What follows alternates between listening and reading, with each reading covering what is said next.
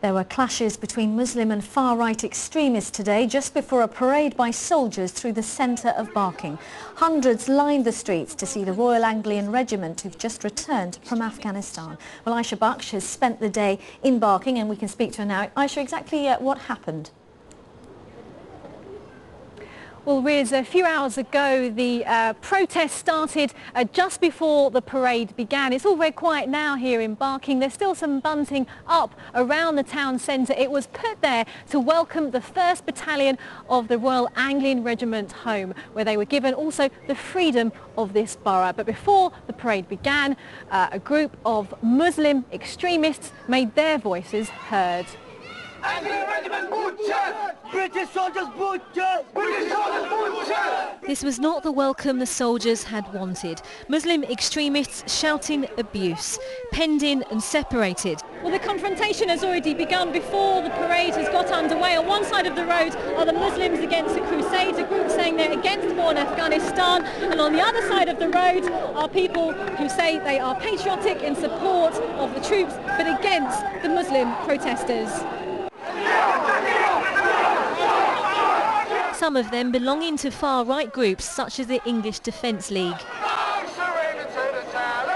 For many locals and the council, the presence of the Muslim demonstrators was inappropriate. These people don't represent the Muslim community. These people are very, very few, warp-minded individuals, and I think the government, whoever's in charge, needs to take action against events like this when they try and, cause disruption, divide communities. I know how they feel about the war, but there's ways of sorting things out without going demonstrating and spoil the day for these lads.